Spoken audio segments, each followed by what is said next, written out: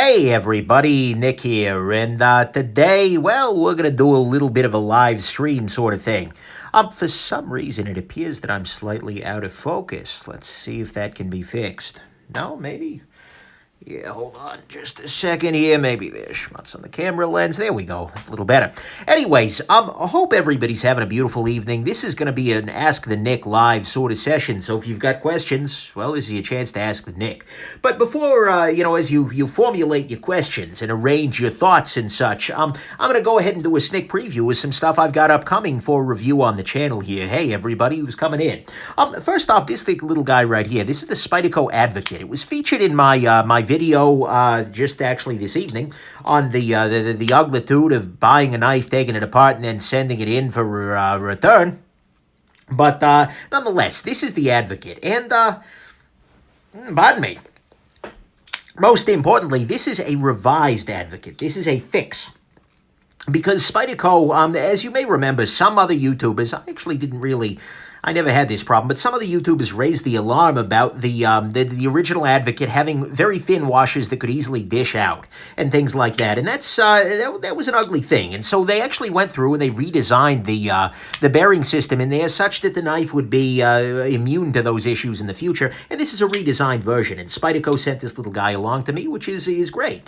So anyways, keep an eye out for a review for one of these guys soon. The Boca Lateralis, which is an interesting piece, 100%, and I am looking forward to doing some reviewing there. We've got a Kaiser Nick Swan Matanzas, which is a knife with a terrible name, but a very pretty design, 100%. So keep an eye out for that. And then I've got a couple of knives here from the Kaiser 10-gram lineup. This is their budget lineup. God, they sent these guys dirty. But anyways, this is their budget lineup. And so these are all knives in the $25 to $35 sort of price range, including things, including like button locks and things like that. And these actually have remarkably good action for the price. I'm so far pretty impressed. I'm yet to, they've got an Akudo steel, 440 Akudo, which is supposed to be sort of a Japanese 440-ish thing, but I haven't yet used it enough to know whether it's worth a damn, but I'm so far pretty impressed with the little 10 grams down here.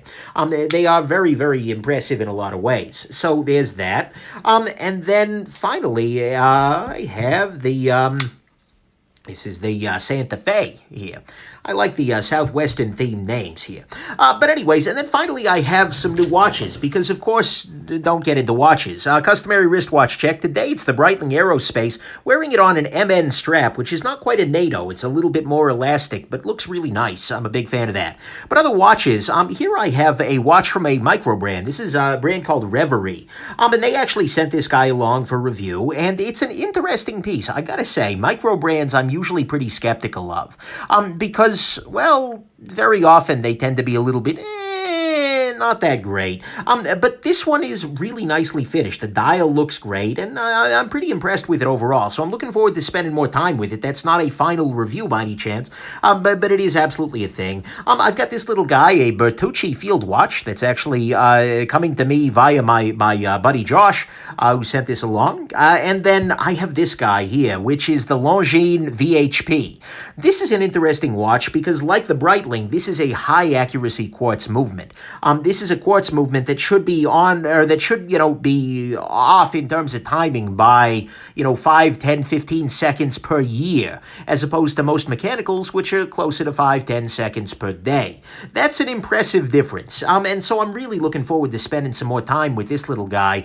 But, and the other one that I've actually just finished my review of this evening, I was filming on my Friday night, but the other one is a Monta Triumph, which is by Monta Watches, which is a really interesting little piece there. So that's good. And actually, let me grab another polishing cloth because the other one's now dirty and I might need to clean things. So, anyways, there you go. Let's go ahead and jump into an Ask the Nick. And I have my full knife collection right over here. I actually have my full watch collection right off to the side here as well. And so, I can bust out anything I need to answer your questions. Hey, it's Pete from Cedric Ada Gear and Outdoors. Guys, I assume all of you know about Cedric and Ada Gear and Outdoors, my buddy Pete over there. But if you do not, oh my God, do you need to be watching him. He is way better at reviewing knives, testing knives, etc. than I am. He's great. And so if you're not subscribed to him, go do that right freaking now. Seriously, I'll be here when you get back. So anyways, there you go. What questions do you have? Ask the Nick damn near anything.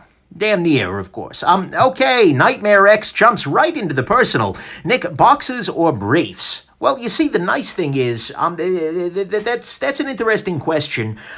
I actually do both. Boxer briefs makes things nice and easy. So yeah. EDC Kid, what does my face look like? That's a really good question, EDC, and I think it's fine. It's time that I finally actually address that. My face. It's been a long time coming, guys. My face. Sorry, my face has two eyes up here. There's a nose right here in the middle. There's a mouth down here. Some cheeks are in this general vicinity. We got ears out to this side and this side. And then there are glasses over the eyes with some pretty hardcore eyebrows. That's what my face looks like. So thank you for finally giving me a chance to set the record straight there. So there you go. One other thing I'm going to ask, I'm going to get 50,000 people in the comments saying, Nick, oh my God, how is this video only 480 or 720 or whatever? That's because of Comcast. Comcast, which is an internet provider here in the U.S., just sucks. They can't give good bandwidth. I'm paying for their blast package, which is what they're doing. They're blasting me in the... Well, let's not talk about that, but that's the best I can do there. Let's see here. Lara Engwin is asking me a review of my weekly grocery shopping. What kind of condiments? What are the gems? Organic superfoods? Oi, oi, oi. That's a detailed question. Okay. So, grocery-wise, the fiancé and I, we go grocery shopping probably more than we should have. We are irresponsible in that way. We will probably go to the store 4 times a week or something like that because none of us know exactly what we want for dinner ahead of time, etc. But usually what we'll get are a mix of things like tortillas. Look, there is no food that is not improved by a tortilla. I'm sorry, people are going to give me counter examples, but I am a man who eats breakfast quesadillas. Like you put hash browns in there, and look, there is a beautiful thing. Tortillas are in there. In terms of other things, we'll do salads. We have bread connoisseurs. We will do cheese. Oh my God, it's like an earthquake. Debris everywhere. And thank you, Seven Addis. Asking for my favorite blade shape and why is it the Warncliffe? If I don't come back to that one, make me. But anyways, so yeah, the debris joke was just freaking terrible. But we'll do cheeses, things like that, and yeah, I'm trying to think what else. Soda, root beer, usually a lot of ginger soda. Oh, what the heck's it called? It's the Michigan stuff. Come on, Verner's. There you go. So yeah, that's what the grocery shopping looks like. We do it a lot. We also hit up the Costco. So there you go. Okay, what is my favorite blade shape, and why is it Warncliffe? So, that's a good question. Actually, that's varied a little bit. There are lots of great blade shapes out there in the world. A Warncliffe blade has a nice straight edge on the bottom there. This actually is weird because it's got this thing down at the bottom there. And, but the Warncliffe blade is a beautiful thing. Thank you very much, 7RU Dog. But the Warncliffe blade gives you a nice straight edge, but actually, I gotta be honest, I have been sort of changing in my approach to things. I like a Warncliffe blade, 100%, but I also am finding myself wanting a little bit of a forward scraping surface. And so actually, blade shapes like you get on the Sleesh Bowie here, where you get some flat down towards the bottom, and then a nice acute tip at the front here that you can do a little bit of scraping with, that's a beautiful thing. And so I've been finding myself enjoying knives with that sort of a pattern on it. Another one that's got that is the, although this has a little bit of a recurve, unfortunately, due to a bad sharpening choil, but the Kaiser Matanzas here, it's got that nice straight down here, and then a little bit in the front there. That's a great thing for me. And so, for me, I guess my favorite blade shape, although it's hard for me to play favorites. It's like, asking somebody your favorite kid. Although everyone's got one. And if they won't tell you, that doesn't mean... Actually, well, I'm an only child. Makes it easier. But anyways, my favorite shape has some flat at the bottom, some curve at the front, and I think that's a beautiful thing. Somebody whose name I've forgotten but had an RU in there asked Benchmade Spyderco a ZT. I'm assuming he's asking me to make a preference, and that's kind of hard. Here's a ZT, here's a Benchmade, and here is a Spyderco. The one I just reviewed today. And these are all very, very different brands with very, very different strengths and weaknesses. For me, ZT is probably the least interesting of these brands because they just don't have any sense of humor that I am aware of. It is a brand that really has capitalized on the high-speed, low-drag tactical world. And that's a serious business. And unfortunately, a lot of stuff that they build is made for that market too. It tends to be, big. It tends to be murdery, black, etc. They are kind of the goth kids of the knife world with all the black everywhere. But they make very quality pieces. The ZT562CF is great. The 452CF is an incredible piece here, but they're probably not my favorite. Benchmade is a company that, if they are able to come back, so to speak, they've had some quality control issues lately, but once they come back, they are absolutely going to be great because they have these great stable of designs like the 940 and like otherwise that are really excellent. But lately, they've been a little too pricey and a little low on value for me to really, truly, deeply be in love with them. And then finally, Spyderco, of the three, is probably my favorite. And I say that for a few reasons. First off, they tend to make blades that cut. Like, for instance, the Chaparral here. I mean, comparing the blade stock thickness on these two, one of these is going to cut, one of these is not. And so that's something I like. They tend to be very focused on ergonomics, and they tend to get a lot of the details right. You're not going to get knives that, for instance, like the Matanzas here, have the blade that's ready to cut you open at a moment's notice while the knife is closed. That's not happening in general with Spyderco. They tend to think things through very, very well. And so I appreciate Spyderco very much in that domain. But I do appreciate a lot of what Benchmade's done in the past, and I really do hope that they get things righted. And I do hope that ZT keeps bringing some interesting stuff too, because they are absolutely doing a great job with American manufacturing there. Let's see here. Bryce Parker is asking $5. Thank you, Bryce Parker.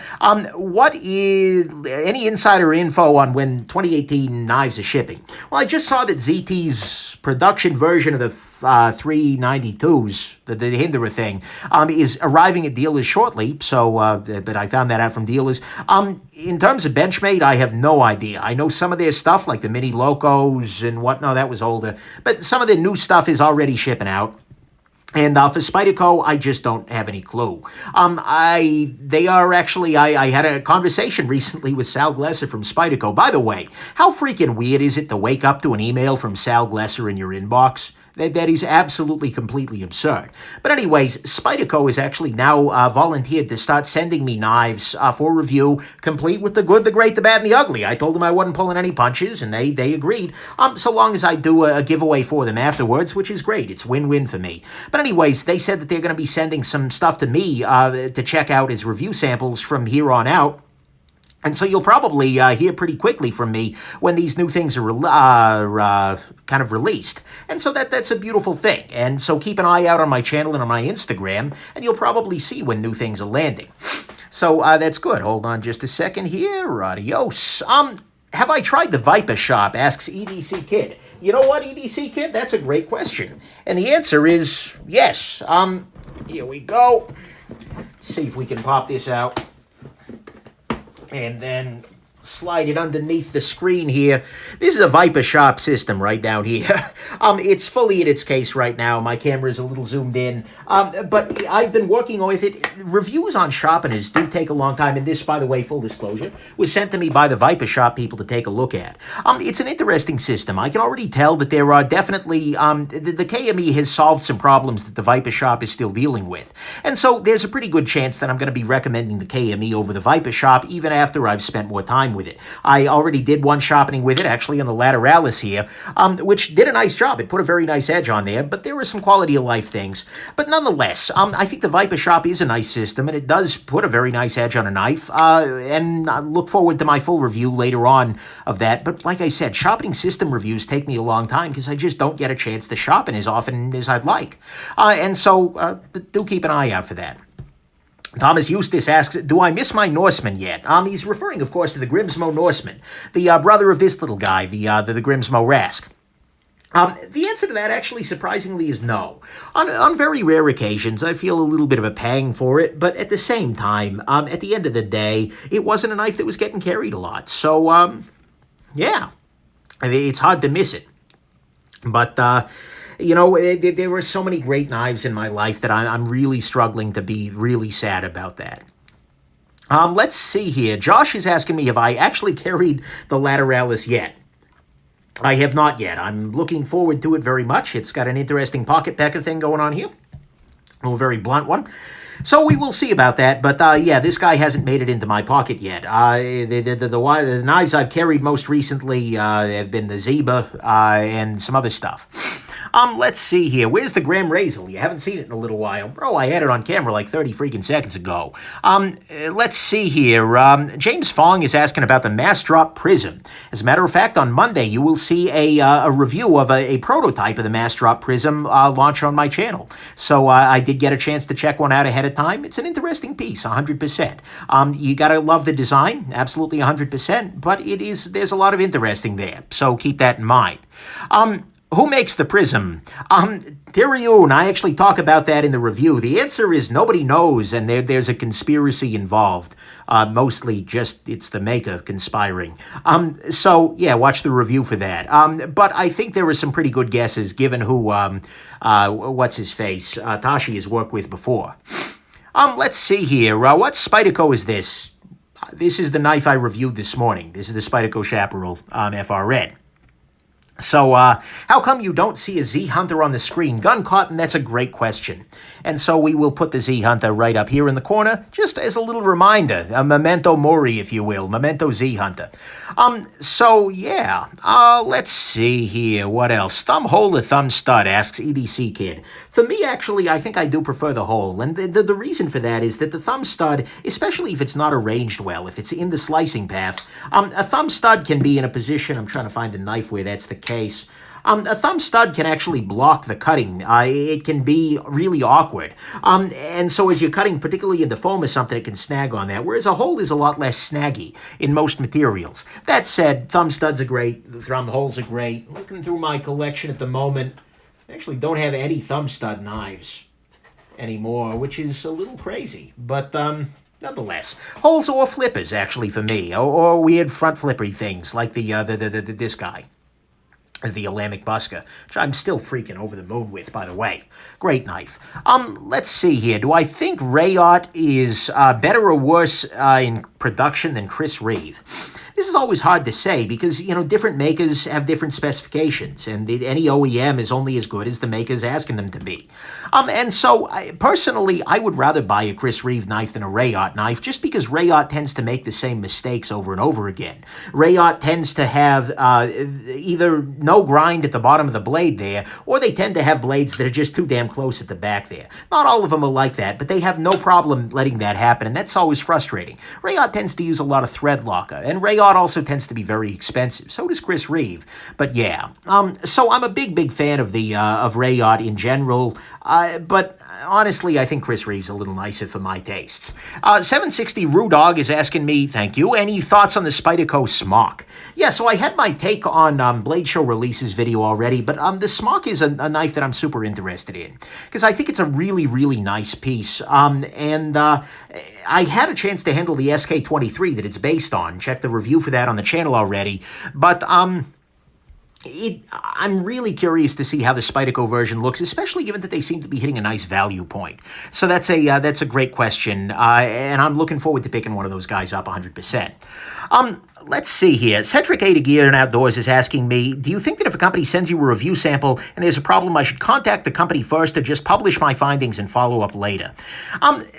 That's a really tough one. And I know, so one of the reasons I like Pete so damn much, hashtag bromance, is that he's really philosophical about the whole reviewing game. And, he was talking about this in a recent video. I think that if a company sends you a review sample, I will very often, especially if I've got a contact at the company, call and ask and just say, hey, is this what you're expecting here? I will absolutely mention that, though. What I don't like and what I really want to avoid is saying something like, for instance, let's say, and this is hypothetical, this knife is absolutely fine in terms of fit and finish, but let's say that I got this guy out of the box and it had crazy blade play, or actually let's make it something worse, where it had like vertical blade play and there were major issues.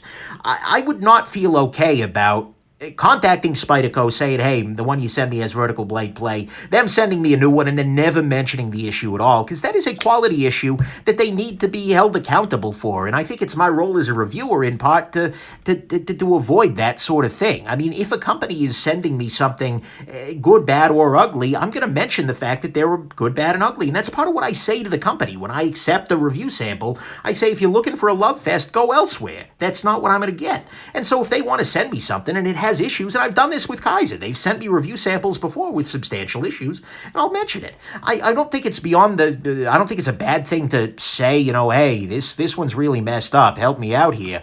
But you have to mention it in the eventual review, or else that's just kind of dishonest. Then you're just showing off their very, very best piece. Now, mind you, it's a little silly, because any company that is sending Nick Shabazz a knife is probably sending Nick Shabazz a well-QC'd knife. That's what I thought, but then again, Benchmade kind of sent me a knife that had blade play with it. I tuned it up and whatnot, but still. You know, so who knows? But still, that's a great question, and it's something that I really think a lot about, especially as more companies are talking about review samples. That's such a weird world to navigate here. Trying to be honest, and I'm trying to address that by just saying, you know, outright, look, I may tear your knife apart here. Well, I will disassemble it, but I may also tear it apart in the figurative sense. And so that's something it's a hard place to negotiate. And I hope I'm finding the right balance there. But I'm trying to at least be transparent every time something comes to me from a company. Great question, Pete. Seven Addis asks, have you lived with the Ferrum Forge mass drop gent for a while? What are my impressions? Yeah, I actually had a prototype gent for a long time. I actually sent it back with a batch of protos to them recently. They're going to send me a production version, which I'll probably do another charity giveaway for. But anyways, the gent is a really nice piece. The only thing that bothers me about the Mass Drop Forge gent, Mass Drop Forge, kind of nice, right? Is the fact that it has the flip tab has zero texturing to it at all. And the shape of it just meant that I would slip off it on a regular basis. Otherwise, for the price, you know what? It's really hard to argue with that knife. That is a great piece. 100%, there's a lot of joy there.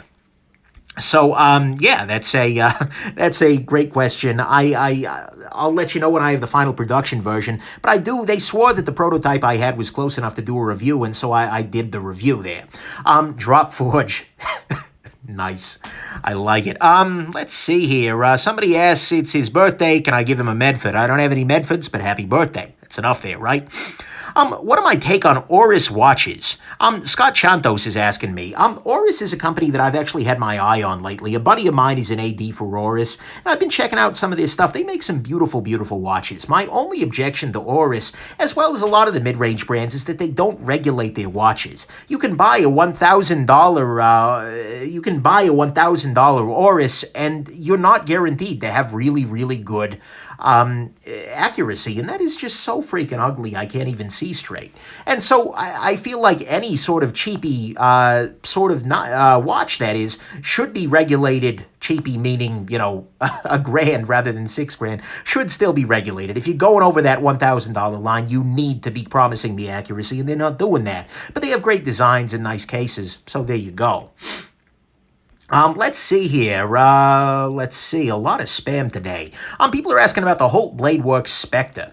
This is an interesting knife because just they're really good customer service-wise. I actually have one of those on order right now. It should be shipping to me maybe in the next month or so. That I custom did, but they're really, really kind, and they're a joy to work with in terms of customer service. I'm a big fan of Holt in that domain. And so, absolutely, Holt is somebody I'm keeping an eye on, and everybody I'm talking to is loving it, so keep an eye out on the channel for that. John Grimm, thank you, John, asks, what is your favorite personal carry? Oh, God, it's like asking me to pick children here. It's so situational. There are great days, thank you, Vika. There are great days when I want something really gorgeous. I might pick up, like, the Ferrum Forge, guys, sorry. This is the Mass Drop Torrent. I don't even know why I went to Ferrum Forge here, but it's a beautiful knife with the Damascene steel, and I may or may not have one of those guys inbound Gen 2, because I have a problem with buying knives and watches. The Alamic Busker is a great piece. 100% with this Timascus and whatnot in there. Absolutely still love this guy, and it fits my life and fits my pocket. This is just a great knife, 100%. God, it's really hard to pick a favorite. The Rask with the mechanical action on it is absolutely spectacular. I am such a damn big fan of that guy. And then there's the swish. The Egyptian swish is completely and totally nuts, which I absolutely still love. Every time I handle this knife, it's just like, dude. I'm looking at it right now, and it's like, dude. So this is absolutely crazy. But it's really hard to pick a favorite. Maybe it's the Busker at this point. I don't know, but I can't give you a great option there. Let's see here. How do I feel about Tag Heuer watches? Keith Dosik's asking me. So, Keith, Tag is an interesting company. They make some very nice pieces, but they're also, just aesthetically speaking, they don't tend to match my style. They have some watches that look great.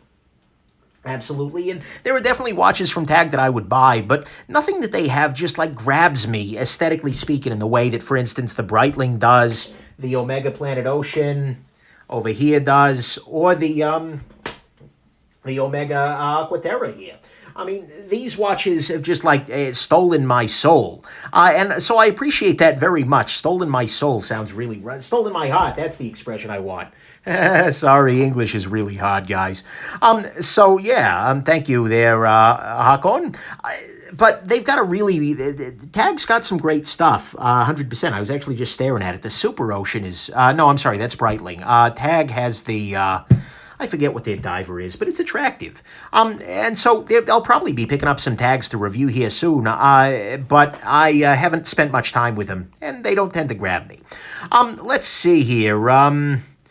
Do you have a Bestech Imp and Goblin reviewed? Bryce, that's a great question. I'm actually working on a review for a Bestech Goblin. Ari, my buddy Ari, who actually is the merch master. By the way, we've recently launched some new shirts in the Nick Shabazz. We now have a Not a Brilliant Man mug, and we also have a shirt that says, do not get into watches, because you should not get into watches, because it doesn't always end here, but it always freaking starts with something reasonable like this that you think is going to be your last watch. Anyways, I digress. But he's the guy who runs the Shabazz, and he's got himself a Bestech Goblin that I'm going to steal off him one of these days there. Thank you, Keith. The Aqua Racer is the Tag diver. But anyways, so I got some new stuff from them, but or on the store there. But Ari's going to send me that guy along one of these days, and it's going to be a beautiful thing. Thoughts on the Spyderco Paesan. This is a knife that I'm super interested in. So actually, I have right here this guy.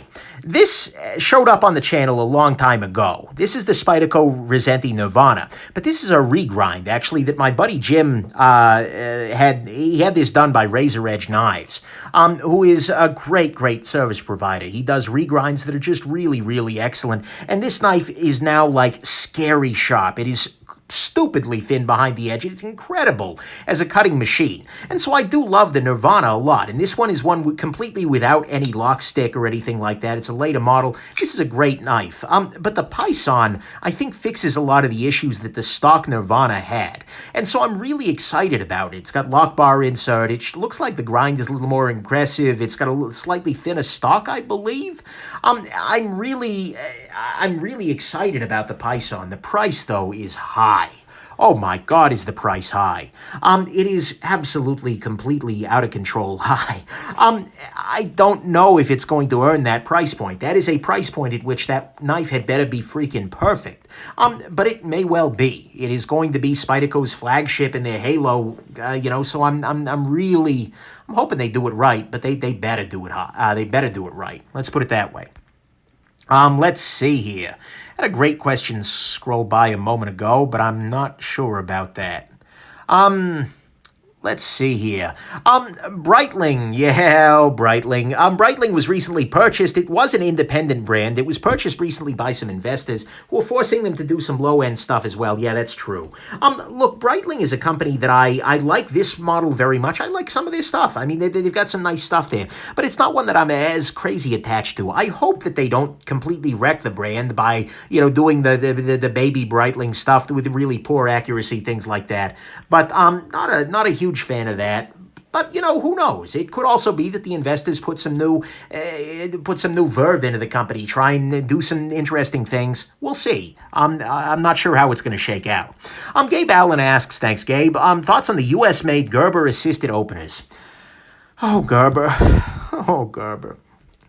I remember this year at Blade Show, I went to the Gerber booth, and the guy there was very frank with me. He had no freaking idea who I was, and that's great. And I just said to him, you know, what are you guys doing to win back the respect of the knife people? And he said, yeah, well, I know we had a rough little while there, but they're trying. God bless their heart, they're trying.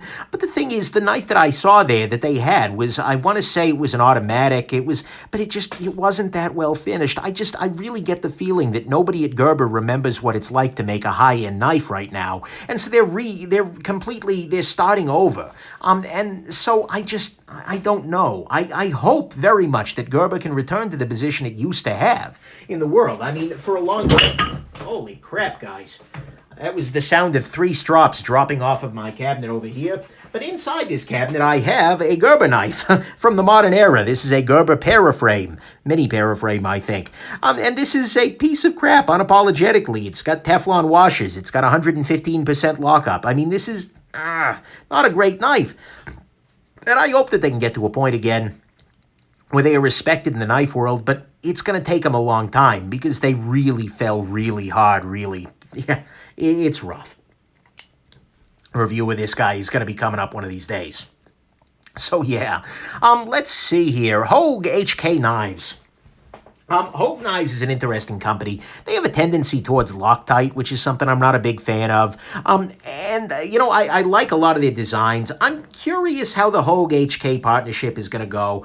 You know, generally speaking, it is a truth of the universe that knives that are made by gun companies are awful.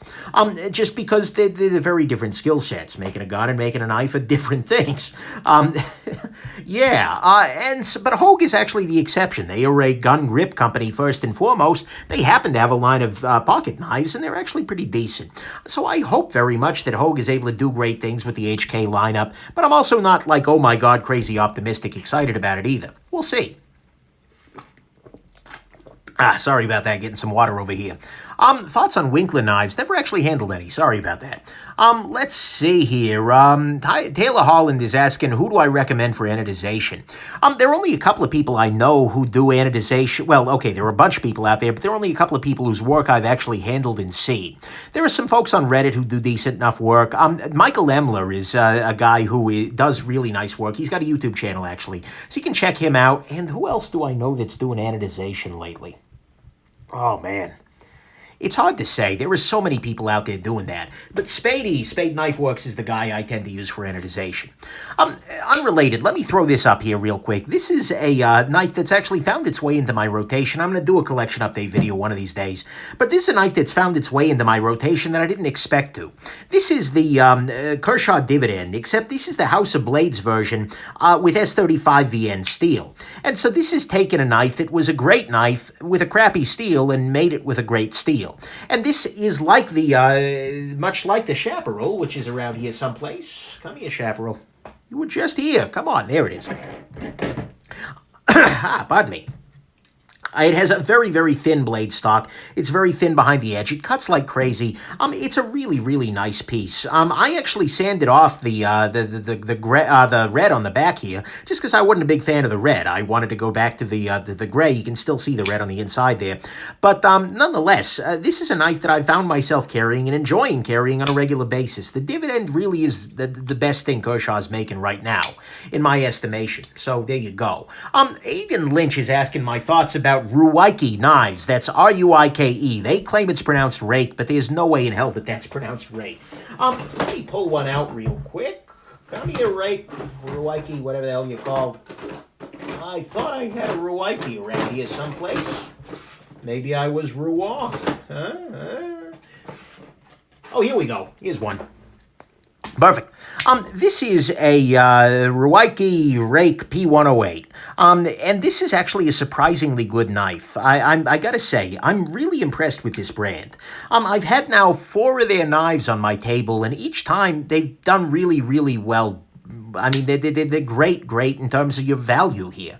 I mean, the fact that this is a $35 knife and, I don't freaking know, the steel wheel cut jack is too, this is a big improvement in a lot of ways. I mean, it's got some downsides. I'm not saying this is better than the cut jack necessarily, but in terms of fit and finish, materials, etc., Reate is doing a great job. They're also well distributed. They're using this, they're by the same people as Phoenix flashlights. So, as far as the Chinese OEMs go, I've got to say, they're probably my favorite right now. They do some really nice work. Absolutely. So my buddy Sid is asking me how the Nirvana is, and I was actually just showing this off, but he was very, very gracious in sending this guy to me. I am a big fan of that. And it's a knife that's found its way into my collection, because with this regrind, it is just so damn good at cutting. I love when I have a knife that in my pocket that actually cuts things, whether it's the Divi, the Chaparral, the reground Nirvana, or some of the other knives. It's just like, oh yeah, this is good. So yeah, that's a great question there. Let's see here. Do I like the Cricut sketch more than Birdshot IV? Yes, actually. As a matter of fact, Frankie and Bird took a look at the Cricut sketch. They've still got mine, but it is actually it's a knife I liked a lot more than I expected to. It's a very simple thing. I mean, it's just plastic and a metal blade. That's not stellar. But the thing is, for that price, it's fine. They did a pretty decent job of it for the price. So I can't really argue with that too much. Somebody's asking about a Wee Knives Eschaton review. Yep. Absolutely, it's coming. This knife is absolutely nuts. I'm just trying to find the best way to review it. Luckily, my buddy who asked me to pick this guy up from him is still at basic training, so well, he's got more problems anyways. So yeah, that's a beautiful thing. Just a second here. Adios. The pen holder, the Eschaton. Oh, that's a beautiful thing. Let's see here. Why are designers so kerfluffled by pocket clips? Kerfluffled, that's a new verb for me. Pocket clips can be hard. I mean, there are many ways to get them right, and there are many ways to get them wrong. I think a lot of people place fashion over function. Like, for instance, this guy. This is the Zeba Knives S2 Mini. I literally just filmed the review for this knife, like, 45 minutes ago. But anyways, one of the things I said in there is that although I like the clip very much, I find it very very kind of, frankly, tongue-in-cheek. I don't know if it's, I don't know what the heck they're going for here, but maybe a little impish. But it's just not a great clip in terms of actual functional use. Just doesn't have enough. So, that's an example of a form over function sort of clip. And that's not something I'm a big fan of. But there are lots of really attractive clips that are also very functional. For instance, on the Millet Torrent here, this is a very pretty clip. It goes beautifully with the design, but it is also a great clip. Absolutely 100%. And so, it doesn't have to be that way, but I can see very easily how makers would do that. The Lamic Swish is another form of a function clip. I like this knife a lot, but I still don't like this clip. There's just not enough to it there. Tactical Center is asking me my very favorite anime, Japanese animation movie. That's tough. I liked Death Note a lot. It's kind of a cliche answer, but I felt that was a really nice show. I haven't watched that many others, but yeah, there you go. Will I ever start adding more traditional folders to my lineup? Maybe. I've been liking some of the modern traditional knives, but the thing is, I like pocket clips. There are many conveniences of modern knives that I would miss in a traditional. I do have this guy in my collection, this GEC Wall Street 99. That's great. But the thing is, this is really the only traditional I feel like I need. The other thing is I like a locking knife, and so this guy having a back lock makes it a lot easier. And there aren't that many that have an easy open notch, because I hate nail nicks. And so this guy makes it very easy. Most of them make it very hard. So that's something I'm not a big fan of. How is the clip on the Buska? Clip on the Buska is good, actually. It looks very similar to the Swish, but it's better done. I feel like it's got a better cutout to it. It's got more spring to it. This actually works beautifully. That scared the crap out of me, but there's no problem there. Kyle Bielefield's asking about Hilarious Espada reviews or something like it. Look, I'm doing my best to bring more absurd crap to the channel. As I am growing, somebody asked over here in the chat, how does it feel to be a celebrity?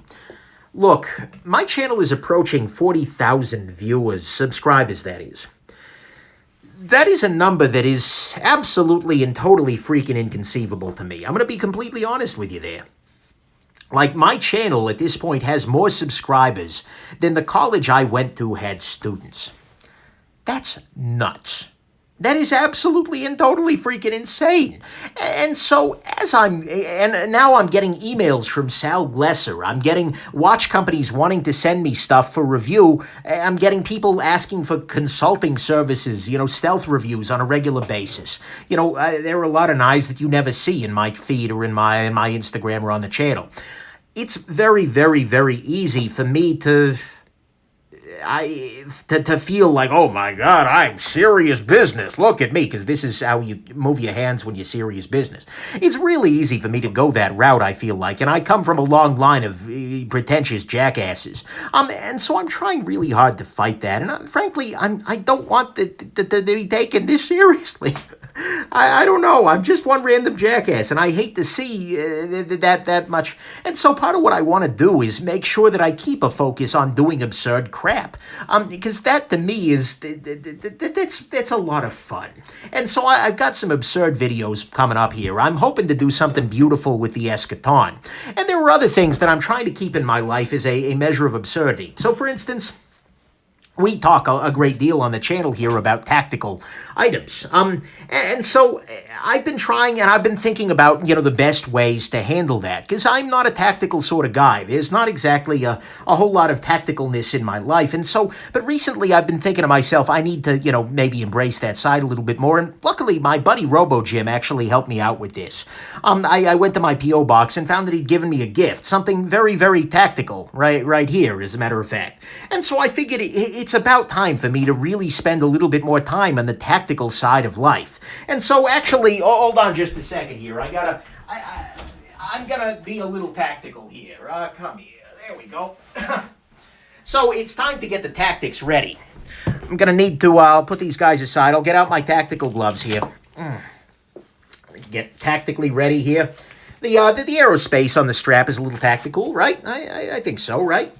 And so it's time to fully embrace, there we go, fully embrace the tactics. Let the tactics flow through me, whereas normally I tend to be a little bit more strategic. And, all right, here we go. We're ready. We are tactically prepared. All right. I have, right here, a tactical spork. Oh, yeah, that's right. Ka-Bar, the freaking tactical company, a K-Bar or whatever, has created a tactical spork. This is a spork for high-speed, low-drag operators. I repeat, this is a tactical spork. The better part of it still, not only is this a tactical spork, which is just excellent in and of it freaking self, but if you pull it apart inside, it has a knife. This is a tactical spork with an integral knife. And he sent along with it, which is just even better still, a pair, actually 4. Oh, come on. Gotta pop this open. Tactical chopsticks. Ka-Bar is making tactical chopsticks. Like, seriously. I am absolutely blown away by the fact that I have now in my possession tactical chopsticks. Mind you, I can't pick up a tactical spork with my tactical chopsticks, but that's okay. I suck at using chopsticks of any variety, tactical or otherwise. So I'm doing my best to, balance out my my tendency towards taking life to be a little bit too seriously by absurd shit. And the fact that my viewers are helping me out with this is pretty spectacular. And I appreciate that very much. A tactical freaking spork. And so now I need to review this, and I'm going to. Oh, God help me, I am going to review this. Because, come on, it's a tactical spork. But this just means I need to have tactical oatmeal and, tactical cereal. I don't think that would work super well. But either way, so keep that in mind. You're going to be seeing that in the future there. Oh, God, imagine me going to my local Chinese restaurant and busting out these bad boys. Oh, that'd go great. Anyways, yeah, that's a beautiful thing. Oy, oy, oy, oy, oy. The only tactical food is a T-bone steak. This is true. But that's why you carry a knife, not for the odds, but for the steaks. That one do it for you? No? No? All right, I tried. But yes, and I completely understand that for some folks in the military, it might be handy to just carry one piece of utensil, which is better than what's built into the MREs and whatnot, but still. It's a tactical sport, guys. Come on. Yeah. So anyways, now we know which spork Lynn Thompson uses. From Nathan Wallace, that's the head of Cold Steel, by the way. Ah, man.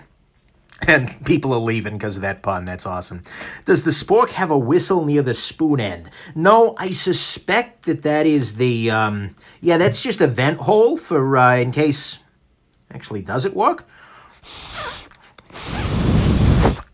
No, it's not a whistle. Or at least if it is, I'm using it wrong. Yeah. I mean, it's a very quiet whistle, right? Like if somebody, said, hey, Nick, if there's a problem, just...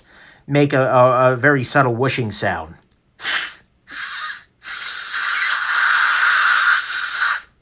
Yeah, I guess it works. Tactical saliva on there now. So anyways, no, I'm sorry to say, and by the way, this is plastic. This is not metal. This is a plastic knife. Oh, oy. So, tactical whistle right there. Oh, man. It is a straw, though. Oh, God. Now I'm trying to picture that. That would be... Because in order to use the straw, you need to take the... Good God. Oh, no thank you. Alrighty, back at the... must be a drainage hole for the blood of your kills, because you can never resheath a tactical spork until it's tasted the blood of your enemies.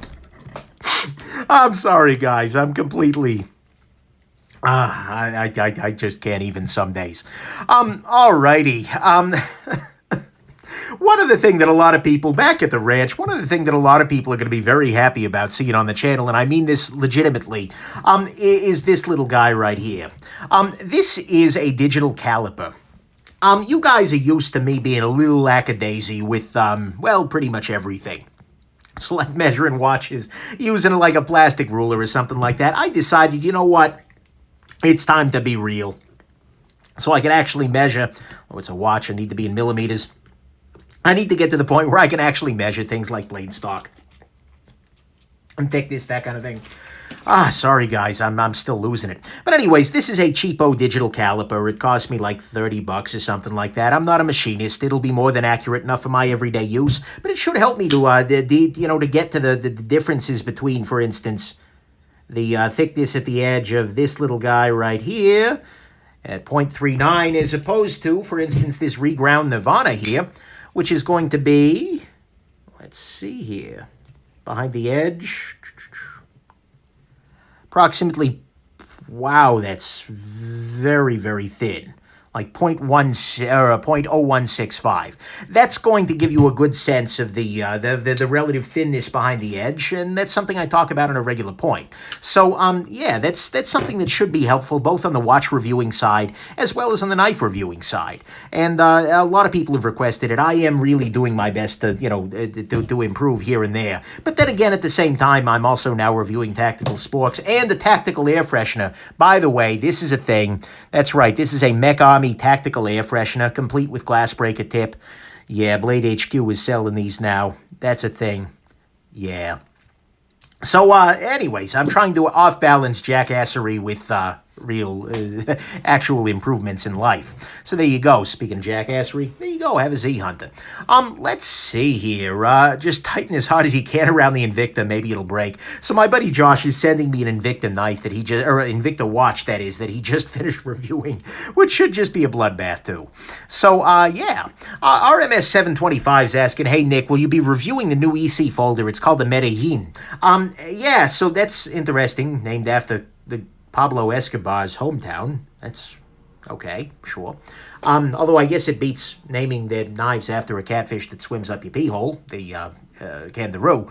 But yeah, that's interesting.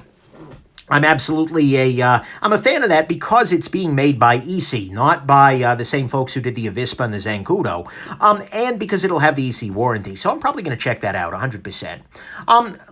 Blind Fool is asking me about Bastion, which is a knife-making company. Honestly, I've looked at their stuff. The couple of times I've looked at it, it's felt just really overpriced. They are another Chinese OEM sort of company that they're making, D2 knives. They're okay, but I've never been super impressed by them. And I think that their pricing is just completely out of control. So, yeah, let's see here. Let's see. Stony Lonesome says he loves his Invicta Pro Divers, finds most Invicta haters pretentious. Stony, that's actually one of the things I want to get at here with this Invicta review. This is a really, really cheap Invicta, and so they've got to line up just in the same way that most other things do. But this is something, okay. If we compare the Invicta to something like, say, a $6,000 Omega Planet Ocean, there's a slight difference there in a couple of dimensions. But the big question is, does it actually matter for most people in everyday life? Is the difference between a $50 Invicta and this guy really all that big in terms of perception and otherwise? Or, is that important? And so that's kind of a question I want to answer with this. I'm picking the Invicta up just because, it should be an interesting point of comparison there. But, that's that's kind of where I'm hoping to go with it. I don't want to take I don't want to just destroy it for no good reason. But it may well be terrible. We'll see. People are asking my groomsmen knives. The thing is, so the wedding is going to be coming up before too long here. My groomsmen, I'm only going to have 2 of them. And they're both very, very different people. I don't know if I'm going to get knives for them. I don't know if I'm going to do a watch. I don't know what I'm going to end up doing for my groomsmen. One of them I think I'm probably going to do a knife for. The other, I'm not necessarily sure. I'm thinking about it. But nonetheless, I'm working on that one still. But it's not as straightforward as just getting one thing for everybody. So, yeah. Tom B is saying G-Shocks are great for a working man. Absolutely. Casio G-Shock watches are great. 100%. And even just the cheapy Casios. This guy, the F108. Absolutely a great, great watch. And you destroy it, guess what? You're out $12. No big problem there. Let's see here. People are asking... Oh, God. Gamma Ray Burst is asking my thoughts on the Florida shooting. I think it's tragic. I mean, flat out. That's the only thing that one can say about it. It's absolutely freaking awful. Just disgusting in every freaking way. So there you go. I'm sorry to be a downer there, but you asked and I told you. It's just terrible, and there is something bad wrong. That shouldn't happen. Next thing, live stream wedding. No, thank you. I'm afraid not. I love you guys all deeply in that way between a reviewer and his audience, but I am not a big fan of that. I'd like to keep my privacy for that part there. Somebody's saying I completely ignored a super chat question, and if so, I apologize. Oh, Falkneven. Falkneven folders is a very interesting... Look, Falkneven tends to do a lot of fixed blades. Cedric Ada, Pete, who I told you need to subscribe to, damn it, because he's better at this than I am, has some reviews of their stuff. I'm interested in the folders. I just haven't gotten around to it. There are a bunch of stuff that I am not, I haven't donated. Or, I'm sorry, I haven't donated. I just haven't gotten around to yet. One of these days, I'm going to do it. But yeah, and by the way, if you asked a donation question and I missed it, please do let me know. But I think I've been catching up on him. The Falkneven was it. Let's see here. Chris Polidio asks, because you talk about knives, are all of your videos demonetized? Kinda, yeah. So recently, okay, remember not too long ago, I posted a video that was literally just music. It was showing this in macro and just zooming back and forth with music on it. With Neptune the Mystic, not even like NWA music, like just music. YouTube still demonetized that video. It is classical music and a sculpture which features Egyptian hieroglyphics. And it was demonetized. Guys, YouTube, your algorithm sucks. Seriously. So that's the YouTube demonetization. Thank you so much to all my Patreon patrons who are making it possible to do this, despite the fact that YouTube is trying really, really super hard not to pay me. Because screw your YouTube in a lot of ways. Let's see here. Lou Denny, thoughts on the rise of the slip joint popularity? That is it's cool, actually. I really like the fact that the modern knife-making companies are starting to circle back and see some of the joy in designs from the past, in materials, etc. I think that's excellent. And so as we see more slip joints, as we see more smaller knives, etc., I'm looking forward to that. I think it's going to be a great time for knife making. And that's a beautiful thing. And so I like seeing that balance shift back and forth, because we've been at the crazy modern high end, and there will always be people who are going to be there. I mean, this is about as far from traditional as you can get, yet at the same time, you know, there is joy to be found in both. And so I like seeing the knife companies kind of going back and forth, back and forth. It's excellent.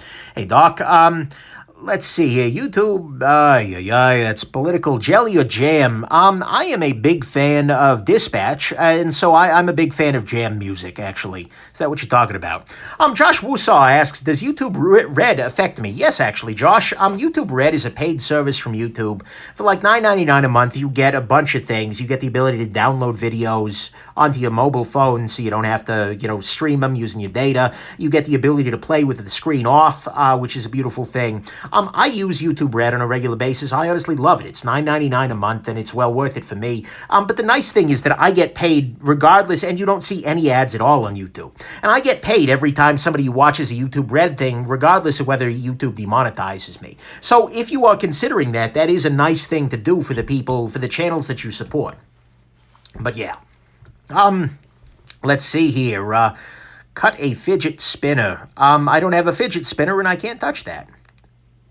Marim Jamil says, I want a friend. I'm really tired of being alone all these years. I have psychological problems, eyesight problems, and hearing problems. Marim, I'm really sorry to hear that. The world can feel like a really lonely place, especially when you've got a lot of ugly things going on in your life. And I'm really sorry to hear that you're feeling so alone. One thing I can tell you, though, is that the world... I don't know. I hate to be, all Pollyanna and whatnot, because the world sucks in a lot of ways, as no doubt you're feeling here. But the thing is, all it takes is one beautiful thing. All it takes is one person in your life who is just absolutely wonderful. And that person may not have found you yet. You may not have found them. And the thing is, the joy is that, well... you can be that person for somebody else. Even if you don't have that person in your life, you can be that person for somebody else. And that's a way to make your life worth living, even if it doesn't feel like it every day. And even if that person, even if that thing is just a pet or something like that, your lizard, your bird, etc. I mean, there is a joy to helping. There is a joy to being there for somebody else. Even if you don't have that friend yet, it can be a nice thing. So I would recommend, put out what you want to see in the world. Be a good friend to somebody. Be a good friend to a random stranger. Hopefully the world will bring somebody into your life that is a good friend for you. But, I understand, and I'm sorry to hear you're having some dark times. I hope that you feel better, though, soon, and know that I'm really rooting for you there, Maram. Let's see here. Good question. Let's see. Hey, I'm part of the knife... Oh, Stony Lonesome. Yeah, that's the other thing. The knife community is really, really kind. In general, I'm a big fan of the knife community. There are a lot of people who really want to help and who want to make things better. So, yeah. Stephen Rasmussen asks, thoughts on the Micro Typhoon, which is micro. So this is Brian the Doe. Micro to him means... 3 inches. It's made by a Chinese company, which is hilarious given how often he's railed against Chinese makers. But it's going to be an interesting piece. I'm hoping to pick one of these guys up on loan one of these days. But, I'm very curious to check it out. I don't have one, obviously, but it is something that's a very neat idea, and I think it's going to be a cool piece, so I'm looking forward to it. Just putting random knives out here on the table here. Then the other one that you asked about was... Oh, man, I am completely forgetting that. Oh, the Master Optashi. Review is coming on Monday, so you'll figure that out. Let's see here. I want to buy my Z-Hunter. Name the price. The price is, if you go on Patreon, sign up as a Patreon patron. After you've donated a total of $50 over however long that'll take you, I will send you an autographed Z-Hunter, absolutely. So feel free to do that. It's just a great way to support the channel, especially given the fact that YouTube is willing to demonetize freaking classical music with a nice sculpture in it. That's freaking ugly. So yeah, that's that. Of course, you don't have to donate to Patreon. None of the content there is exclusive. I will sell all of my gear there, and so you'll get the first shot at anything I'm planning to sell, and usually it all sells there at very, very nice prices for patrons. But all the content will eventually be on YouTube anyways. They get sneak previews sometimes, but so it's not required, but it is a nice way to, support the channel. So you're welcome to do that. Let's see here. What do I think of Microtech? They are a company that is really dedicated to using terrible hardware, so they just don't come across my table. Stony Lonesome asks, have I ever considered designing a knife? I've thought about it, but the thing is, at the end of the day, I'm a critic, not a designer. I mean, in the same way that a food critic isn't a chef, a knife critic isn't a knife maker. And so I don't really have a strong, I don't think that I'm, frankly, good enough. I can't. What the hell do I know? I'm a random jackass. And so maybe I could make some, but my role at best is to say nice things and to help people understand and see some of the gripes maybe. But maybe I can make other people make their knives a little bit better, but I'm not a designer. It's true. Are the tangrams worth reviewing, Josh? Yes, they absolutely are. 100%. In fact, remind me and I will send you these after I'm done with them. Because there is a lot of joy to be found in the tangram series here. They're very, very nice, especially compared to what you get from, American brands making Chinese-made stuff. So, yeah, this one, that's a little nasty, but that's okay. Anyways, so, let's see here. What else? What's the easiest knife to open one-handed? Probably an assisted flipper knife comes to mind. Something like this, because all you need to do is use one finger and then bazzow, it's open. Or potentially an out-the-front auto knife like this guy here, where you just need to push your thumb forward. This was sent to me. This was sent to me. It's a terrible freaking knife, but it is a cheap little out-the-front auto that I can use for comparison and things like that. Or even a single-action one where there's just literally a button that you press on the front of it, which is a serious business sort of thing here. But anyways, that's that. So those are probably the easiest ones to open one-handed, but you check your local legalities, etc. Let's see. New ZTs with the see-through pivot. Oy, don't get me started. They are making a knife with a pivot that requires a specialized tool, then charging a large amount of money for the tool. You will not see any of those knives on my channel. As long as they are charging money for the tool, I am done with that. And in fact, none of ZT's releases for this year are at all interesting to me. I hope they drop something better at Blade. Bryce Park is asking about the Sage 5. What made it not cut it? For my life. Honestly, it's just, I have a lot of really great knives. For me, I'm not the Sage is a great design, and I think it's the best Sage ever, but at the same time, if I have the choice between the Sage 5 and, like, the Chaparral, which cuts better, the Sage 5 and the, I don't freaking know, the Shaman, which is crazy beefy. The Sage 5 just didn't distinguish itself quite enough to stick around. But, yeah.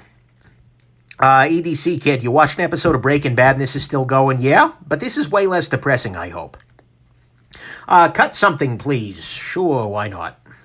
Here we go. Whee! See, this is the joy of a knife that can actually cut things, is it actually cuts things. Let's see here. Are there any reviews, Hehoff asks, that I feel like I got completely wrong? That's a great question, Hehoff. There were reviews that I worry slightly about. Like the Kaiser Gemini. So many damn people love that knife, but it didn't do it for me. And I wonder, there's always a question of I am crazy or not. I am probably crazy, we know this. But, anytime I do a review of a knife that everybody else loves but me, I feel a little crazy about that. I think I did okay on that one. Otherwise, honestly, no. I feel like by and large, but the way to find this out is to watch my Nick Reviews Nick's reviewing videos. That does better. Hold on just a second here. I want to make sure on something. Let's see here. Sorry. Just got an email from somebody. Holy crap. Oh my God. Alemic Yeah, just dropped somebody was blowing up my phone. They just dropped the Rosetta Stone themed swish, which, holy crap, guys. Anyways, no, stop spending my money.